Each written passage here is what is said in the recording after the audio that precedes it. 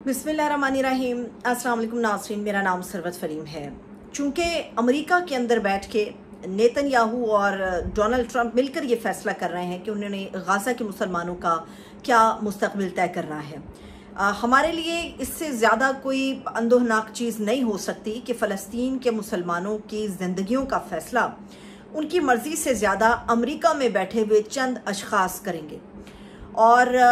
कुछ वक्त तक पहले तक हम ये सब कह सकते थे कि अगर ये ना हुआ तो शायद गाज़ा में ये हो जाएगा, या वो ना हो सका तो ऐसा भी हो सकता है। लेकिन अब शायद हम पेशन गोइयों से या फिर बहुत ही ज़्यादा ख़तरात के मामलात से आगे बढ़ गए हैं। उसकी वजह ये है कि अब हो रहा है, और जो हो रहा है वो इस कदर वहशतनाक है कि हमारे तसव्वुर करने पर भी रोंगटे खड़े हो जाएंगे। जो कि करीबी इमदाद के मराकज़ थे, जहाँ पर भूखे फ़लस्तीनियों के लिए इमदाद इस तरह से एक गैर इंसानी रवैये के साथ, एक गैर इंसानी बर्ताव के साथ तकसीम हो रही थी वो इमदाद, जिसमें अक्सर व बेशतर या तो धक्कम पेल में शदीद ज़ख्मी हो जाते थे, वरना जिन एजेंटों के ज़रिए इस इमदाद को तकसीम किया जा रहा था वो खुद ही गोलियों से भून देते थे उन भूख के मारे हुए फ़लस्तीन के मुसलमानों को, जो अपने ख़ानदानों के लिए इमदाद का एक छोटा सा बॉक्स या एक छोटा सा पैकेज वसूल करने के लिए मीलों लंबा सफ़र करते थे। अब वो तमाम इमदाद के जो मराकज़ करीब तर थे फ़लस्तीनियों के, वो मुकम्मल तौर पर बंद कर दिए गए हैं। और अब उन मराकज़ तक फ़लस्तीनियों को भूख की वजह से जाने पर मजबूर किया जा रहा है, जहाँ पर मुसाफत कई किलोमीटर तवील भी है और रास्ता बड़ी हद तक ख़तरनाक भी है। इसके पीछे कुछ मंसूबे हैं, कुछ प्लान है जिनको एग्जीक्यूट करने के बारे में सोचा भी गया है और उसके ऊपर बाकायदा अमल दरामद होता हुआ हमें नज़र भी आ रहा है। अब जो भूख के मारे फ़लस्तीनी अपने प्यारों के लिए गाज़ा के जो जितने भी ख़ानदान हैं वो मिलजुल के आगे जब बढ़ रहे थे, तो ये इतना ख़तरनाक रास्ता है जो राफ़ा के करीब खंडरात के अंदर इमदाद को तकसीम करने के मराकज़ तक लेकर जाता है। अब खंडरात के इस पूरे इतने मुसाफत को तय करने के बाद जब ये फ़लस्तीनी उन मराकज़ तक पहुँचते हैं तो ये ख़तरनाक इसलिए भी हो जाता है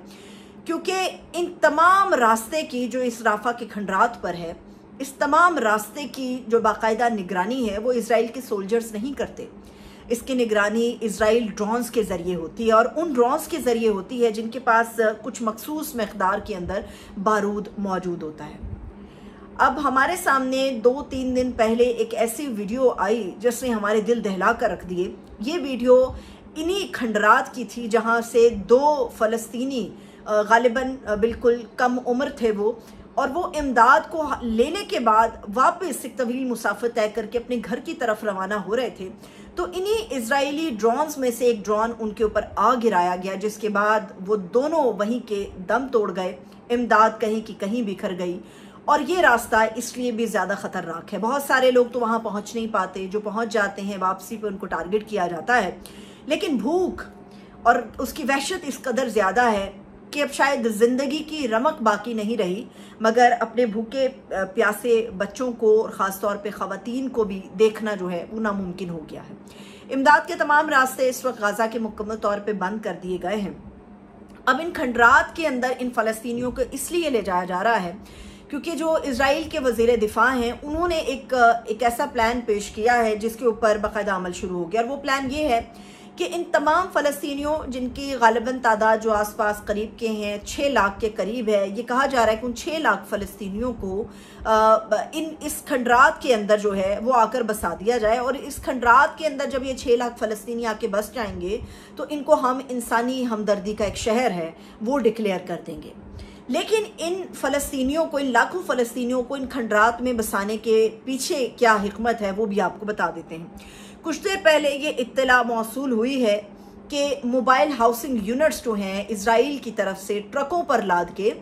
वो उन इलाकों तक पहुंचाए गए हैं जहां पर इन फ़लस्तीनियों को टारगेट किया जा रहा है, जहां पर बेसिकली इनके पनाहगुज़ीन कैंप थे। और बेसिकली बताया जा रहा है कि जो हेब्रोन का तल रुमेडा इलाका है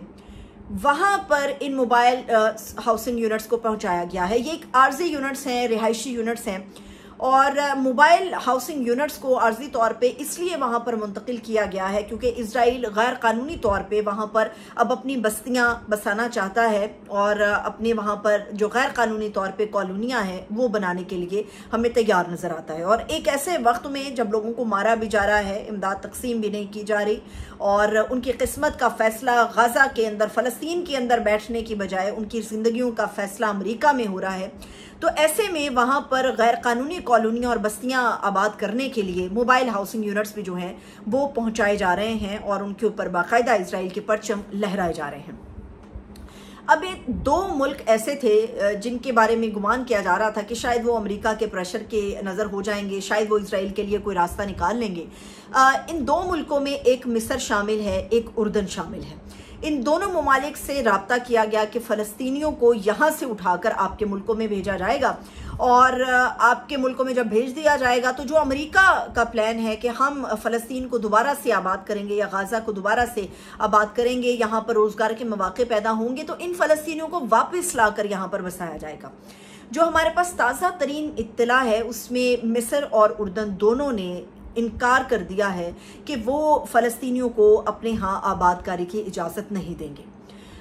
मिस्र और उर्दन के इनकार के पीछे जो एक वाज़े चीज़ है वो ये है कि उन्हें ये नज़र आ रहा है कि इजराइल और अमेरिका ये जो मंसूबा दे रहे हैं कि फ़लस्तीन को आप अपनी सरजमीन पर जगह दें और कुछ साल के बाद ये फ़लस्तीन में वापस आ जाएंगे, उनको नज़र आता है कि ये सिर्फ एक धोखा है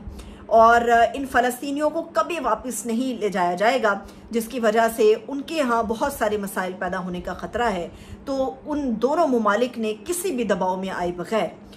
इजराइल और अमेरिका को इनकार कर दिया है कि अब वो इन फ़लस्तीनियों को अपनी सरजमीन पर नहीं लानेंगे। अब अगर इनको अलहदा देखा जाए तो जहाँ तक उर्दन का मामला है तो उर्दन की सरजमीन पर एक बड़ी तादाद में फ़लस्तीनी आबादी पहले से मौजूद है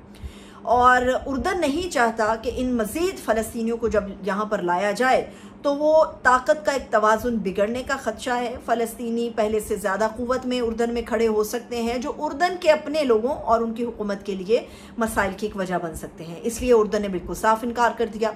जहाँ तक मिस्र का ताल्लुक़ है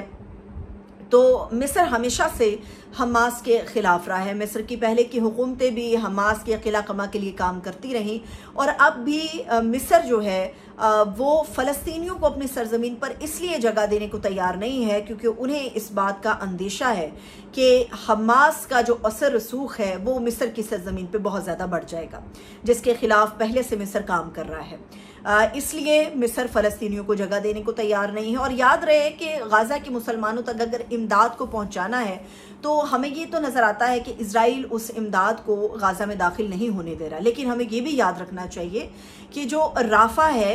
राफा के एक हिस्से का जो क्रॉसिंग बॉर्डर है वो उसे राफा क्रॉसिंग बॉर्डर कहा जाता है, वो मिस्र के साथ जुड़ता है और मिस्र अगर राफा क्रॉसिंग बॉर्डर को खोल देता है तो बड़ी तादाद में इमदादी सामान गाज़ा के मुसलमानों तक पहुंच सकता है। लेकिन मिस्र इसे अमेरिका और इजराइल के दबाव के तहत ही खोलता या फिर बंद करता है और एक लंबे अरसे से राफा क्रॉसिंग बॉर्डर को इमदादी सामान से महरूम रखा गया है और सामान को दाखिल होने की इजाज़त गाज़ा में मिस्र की तरफ से नहीं दी गई। अब मिस्र को ये अंदाज़ा है और ये मालूम है कि शायद हमास का असर रसूख बढ़ेगा, इसलिए मिस्र ने फौरी तौर पे इनकार कर दिया है। ऐसा लगता है कि जो बचे कुचे फ़लस्तीनी हैं उनको या तो गोला बारूद के साथ ख़त्म किया जाएगा या गोलियों से उन्हें भून दिया जाएगा, जिस तरह रोज़ाना की बुनियाद पे हर गुजरते घंटे में कई फ़लस्तीनियों को शहीद किया जा रहा है। और दूसरी तरफ मुसलमान ममालिक पे एक दबाव है इब्राहीम मुआहिदे का, जिसका वाज़े मकसद है कि इजराइल को तस्लीम किया जाए, उसके साथ सिफारती ताल्लुकात आगे बढ़ाए जाएं और ऐसी सूरत में ये बड़ा मुश्किल हो जबकि इजराइल के नेतन्याहू ये अनाउंस कर चुके हैं कि फ़लस्तीनियों के लिए गाज़ा में कोई जगह मौजूद नहीं है और इजराइल जब तक अपनी खुद मुख्तारी कायम नहीं कर लेता वो फ़लस्तीनियों के ख़िलाफ़ इसी तरह से जंग को जारी रखेगा। इजाज़त दीजिए, अपना ख्याल रखिए, खुदा हाफ़िज़।